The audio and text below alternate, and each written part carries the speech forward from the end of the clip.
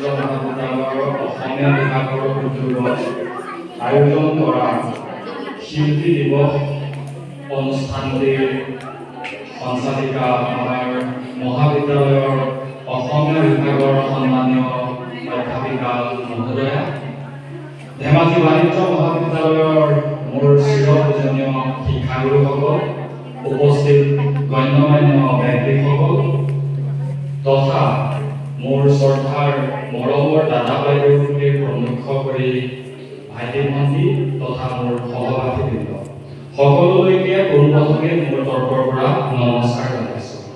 আজি 17 জানুৱাৰী শিল্পী দিৱস। ৰূপকোঁৱৰ মহান মনীষী ৰূপকোঁৱৰ জ্যোতিপ্ৰসাদ আগৰৱালাদেৱৰ স্মৃতি দিৱসত তেখেতক স্মৰণ কৰি আজি সমগ্ৰ দেশতে সমগ্ৰ অসমতে শিল্পী দিৱস হিচাপে উদযাপন কৰি আহিছে। আৰু ঠিক সেইদৰে আমাৰ শ্ৰী শ্ৰী বেলেগুৰি ভাষা সত্ৰতো আমাৰ ধেমাজি বাণিজ্য মহাবিদ্যালয়ৰ অসমীয়া বিভাগৰ উদ্যোগত এই অনুষ্ঠানটি খুব সুন্দৰভাৱে আয়োজন কৰা হৈছে। মহান শিল্পী জ্যোতিপ্ৰসাদ আগৰৱালাদেৱৰ যদি আমি জন্মৰ কথা ক'বলৈ যাওঁ তেতিয়াহ'লে আমি পোনপ্ৰথমে চাব লাগিব এফালে ভাষা সংস্কৃতিৰ দুৰ্যোগৰ কাল আৰু আনফালে ৰোমান্টিক স্তৰত নতুন ভাৱৰ উন্মেষৰ সময়, আৰু সেই সময়তে জ্যোতিপ্ৰসাদ আগৰৱালাদেৱৰ জন্ম হৈছিল।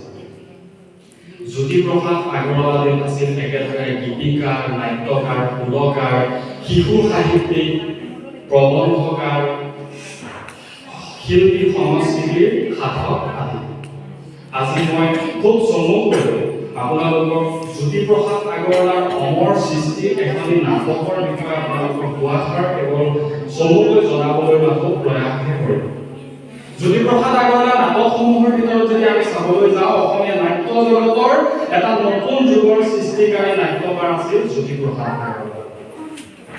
জ্যোতিপ্ৰসাদ আগৰৱালাৰ নাটকৰ বিষয়বস্তুৱে হওক, নাট্য ৰীতিয়ে হওক, কলা কৌশলে হওক, সেইসমূহৰ দিশৰ পৰা যদি আমি চাবলৈ যাওঁ তেতিয়াহ'লে জ্যোতিপ্ৰসাদ আগৰৱালাৰ আটাইকেইখন নাটকে অতি বৈশিষ্ট্যপূৰ্ণ আৰু অতি গুৰুত্বপূৰ্ণ।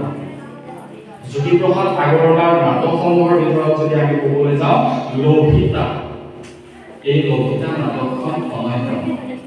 তেখেতৰ অমৰ সৃষ্টি লভিতা নাটক। 42ৰ গণ আন্দোলনৰ পটভূমি হিচাপে লৈ এই নাটকখন জ্যোতিপ্ৰসাদ আগৰৱালাদেৱে ৰচনা কৰিছিল।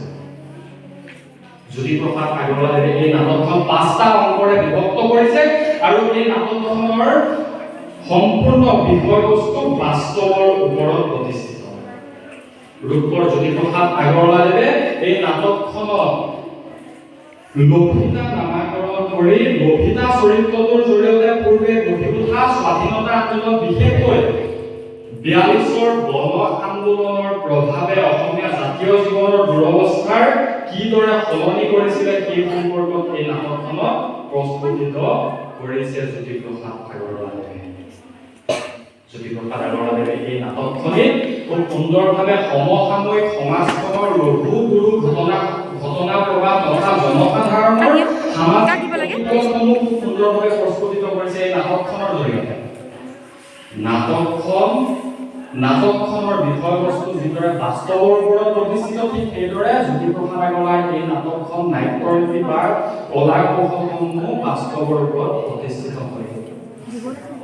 জ্যোতিপ্ৰসাদ আগৰৱালাই সমকালীন সমাজৰ এজন প্ৰতিনিধি হৈ তেওঁ এই নাটকখন ৰচনা কৰিছে আৰু সমকালীন সমাজৰ ৰাজনৈতিক, অৰ্থনৈতিক বা জাতীয়তাবাদী মনোভাৱ আদি প্ৰত্যেকটো কোণতে তেখেতে দৃষ্টি নিক্ষেপ কৰে। এইখিনিকে জ্যোতিপ্ৰসাদ আগৰৱালাদেৱৰ অমৰ সৃষ্টি লভিতা নাটকৰ বিষয়ে ইমানকে আপোনালোকক দুআষাৰ জনাবলৈ মাথো প্ৰয়াস কৰিলো। আৰু শেষত জ্যোতিপ্ৰসাদৰ ভাষাৰে কামৰূপা মোৰ শুৱনি উৰিয়া অসমীয়া ভাষা জগত সভালৈ যাব, উজ্জ্বল সূৰ্য কহিনুৰ পিন্ধি ভাষী জ্যোতিৰ বাহক। ধন্যবাদ।